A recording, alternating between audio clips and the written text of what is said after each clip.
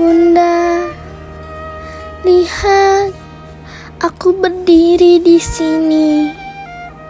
Dulu, aku hanyalah anak kecil yang belum mengerti apa-apa. Huruf-huruf hijaiyah terasa begitu sulit. Alif, ba, ta sering tertukar, sering terlupa. Kadang lidahku terbata-bata, kadang mataku mengantuk saat belajar. Tapi ada dua orang yang tidak pernah lelah memeluk prosesku, ayah dan bunda. Bunda yang setiap malam duduk di sampingku, membetulkan bacaanku dengan suara lembut. Meski matanya sendiri sudah merah karena lelah. Aku masih ingat saat semua lampu rumah mulai dimatikan. Bunda masih menemaniku mengulang ayat demi ayat. Kadang aku pura-pura mengantuk. Kadang aku berkata, besok saja ya bun. Tapi bunda hanya tersenyum dan berkata pelan, satu ayat lagi saja nak. Dan ternyata dari satu ayat itu Allah perlahan membuka jalan hafalanku. Ayah, meski pulang dengan tubuh lelah dan tangan yang kasar karena bekerja, ayah tetap bertanya, hari ini hafal surat apa? Aku dulu tidak sadar bahwa di balik pertanyaan sederhana itu ada harapan besar yang ayah titipkan kepada Allah. Ayah dan bunda, maafkan aku kalau sering membuat kalian kecewa. Maafkan aku karena kadang aku lebih memilih bermain daripada membuka mushaf. Maafkan aku karena ketika kalian memanggil untuk murojaah, aku malah bersembunyi dan pura-pura tidak mendengar. Padahal sekarang aku tahu, setiap huruf Al-Quran yang kubaca bukan hanya untukku, tapi juga cahaya untuk ayah dan bunda. Teman-temanku, pernahkah kalian melihat ibu kalian menangis diam-diam setelah sholat? Aku pernah. Aku melihat bunda menyebut namaku dalam sujudnya. Dengan suara yang lirih dan bergetar, bunda berkata, "Ya Allah, jangan biarkan anakku jauh dari Al-Quran. Jadikan ia anak yang mencintai kalammu." Saat itu aku sadar, ternyata ada doa yang terus mengetuk langit untukku. Bahkan ketika aku sedang tertidur lelap, dan ayah mungkin tidak banyak bicara, tapi diam-diam ayah menyimpan harapan besar di dadanya.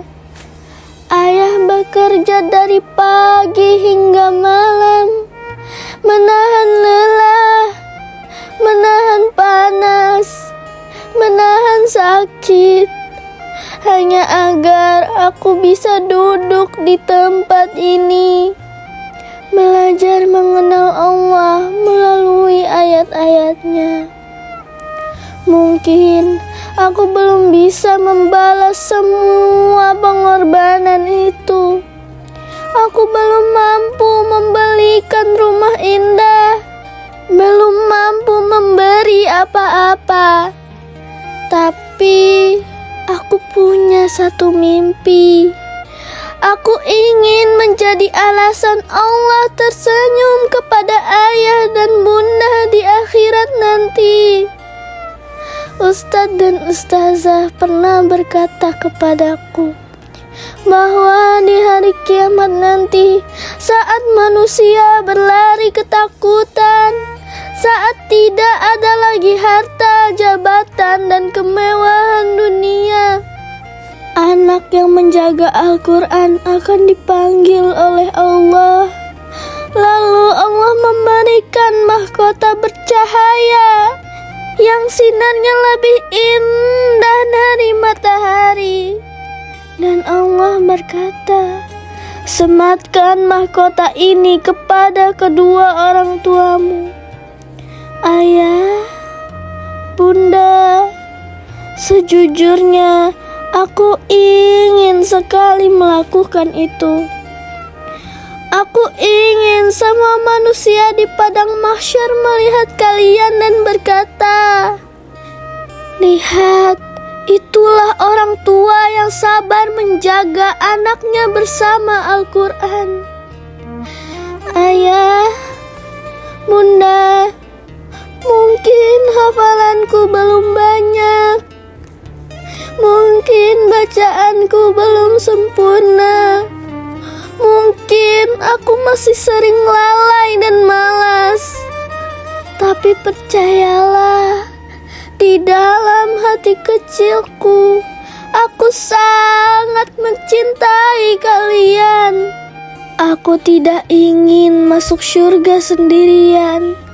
Aku ingin menggandeng tangan ayah dan bunda.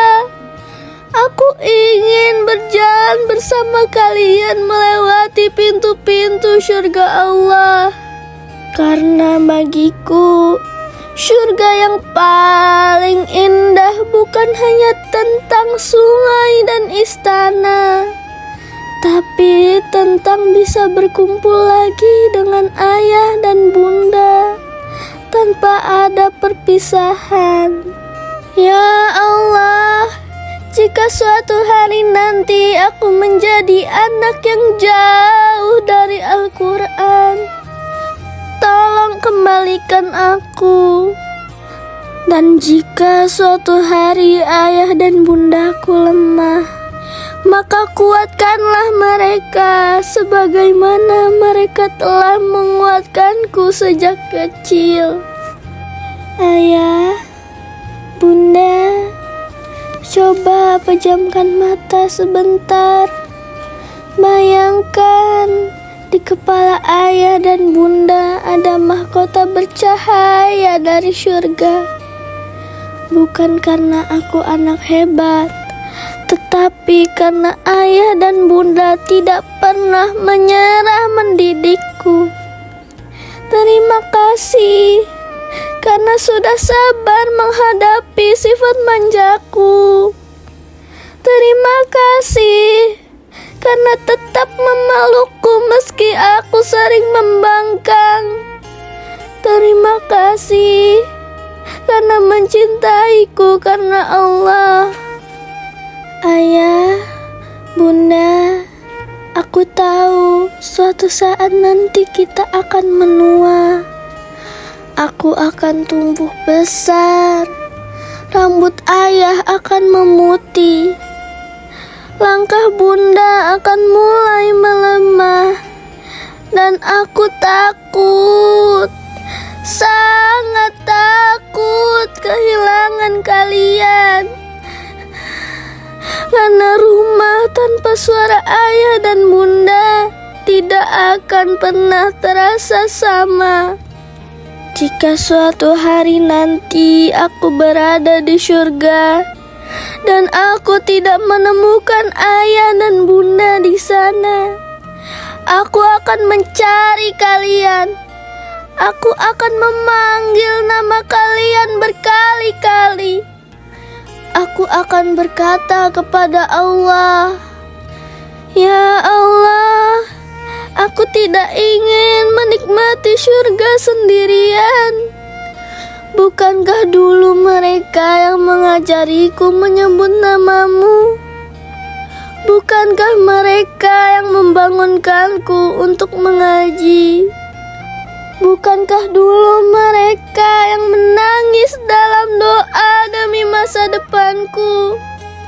Ya Allah, jangan pisahkan kami. Pertemukan kami kembali di tempat paling indah milik-Mu. Dan saat itu nanti, izinkan aku memeluk ayah dan bunda lagi, tanpa takut kehilangan, tanpa takut perpisahan, untuk selamanya."